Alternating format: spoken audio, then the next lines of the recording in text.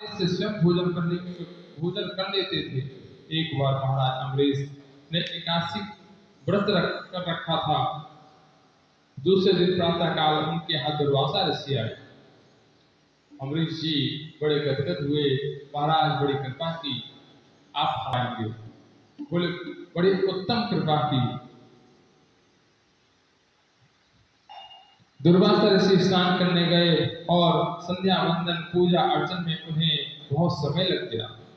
कभी कभी एकादशी व्रत के दूसरे दिन द्वादशी तिथि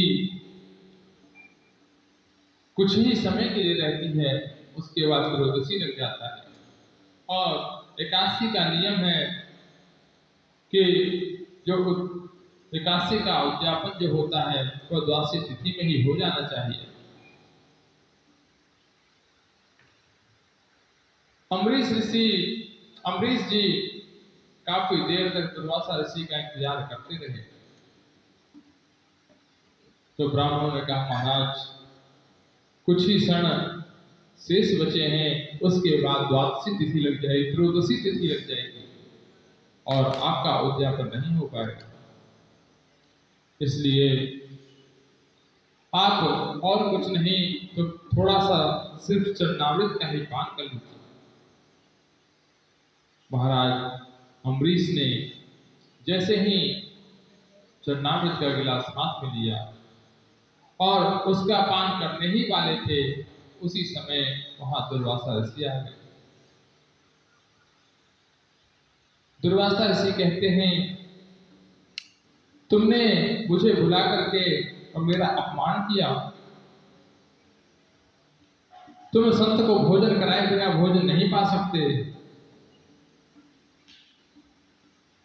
तो मेरी आज्ञा के बिना तुमने जल का पान कैसे किया? राजा ने क्षमा मांगी, महाराज अपराध हो गया, गलती हो गई, हमें क्षमा कर दीजिए। फिर भी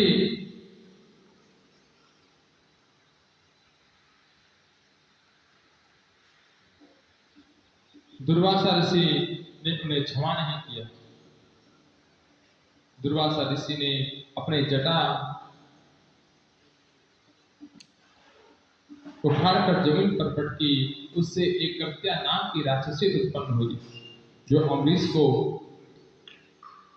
मारने दौड़ी। अम्बरीश महाराज ने हाथ जोड़ करके कहा, यदि मैं अपराधी हूं तो मुझे मार दिया जाए, मुझे कोई चिंता नहीं। लेकिन भगवान का सुदर्शन चक्र आया और उस कृत्या को जलाकर भस्म कर दिया। और वह सुदर्शन चक्र महाराज दुर्वासा ऋषि के पीछे पीछे दौड़ने लगे। अब महाराज ऋषि दुर्वासा जो हैं वह जगह जगह दौड़ने लगे। दौड़ते दौड़ते भोले बाबा के पास गए, मेरे प्राणों की रक्षा करिए। भोले बाबा कहते हैं कि आपने जो अपराध किया है ये भक्त का अपराध है और भगवान नारायण के शत्रु का तो मैं किसी भी प्रकार से कोई सहायता नहीं कर सकता। वह दौड़ते हुए ब्रह्मा जी के पास गए, ब्रह्मा जी ने भी मना कर दिया। दुर्वासा ऋषि इसी प्रकार से जगह जगह दौड़ते रहे, सुदर्शन चक्र उनके पीछे पीछे दौड़ रहा था। अंत में भगवान नारद जी से दुर्वासा ऋषि का मिलना हुआ। नारद जी ने कहा, महाराज कहाँ दौड़ रहे हो, क्या बात है? बोले ऐसे ऐसे उससे अपराध हुआ है, ये भगवान का सुदर्शन चक्र मेरे पीछे पीछे दौड़ रहा है। तो नारद जी ने कहा, आप एक काम करो, आप स्वयं नारायण के पास जाओ, उन्होंने कृपा की तो हो सकता है आपके प्राणों की रक्षा हो जाए। दुर्वासा ऋषि दौड़ते हुए सीधे भगवान के धाम गए। भगवान दुर्वासा ऋषि ने भगवान के चरणों में गिरकर प्रणाम किया और कहा, प्रभु मेरी रक्षा करिए, आपका सुदर्शन चक्र मुझे भस्म कर डालेगा।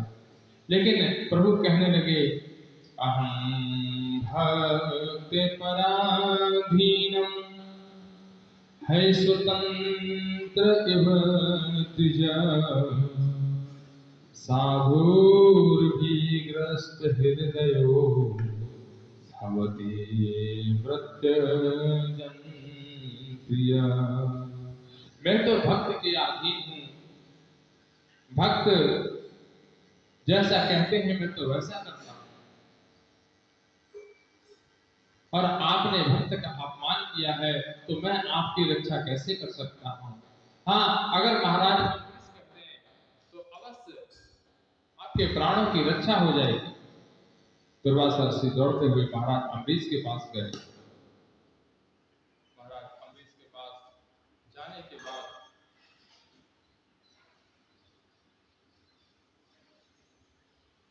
महाराज अम्बरीश से कहते हैं मुझसे बहुत बड़ा अपराध हुआ, मुझे क्षमा कर दीजिए।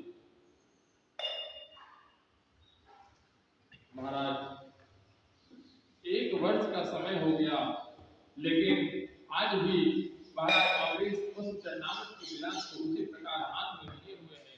मैंने इसे संत का अपमान हुआ है, मैं कैसे इस चरणामृत को पी सकता हूँ। जैसे ही दुर्वासा ऋषि आए, महाराज अम्बरीश ने उनको उठा लिया। कहते हैं हम तो आप ऋषियों के दास हैं, हम किस प्रकार, आप हमसे क्षमा न मांगिए। दुर्वासा ऋषि ने महाराज अम्बरीश को गले से लगा लिया।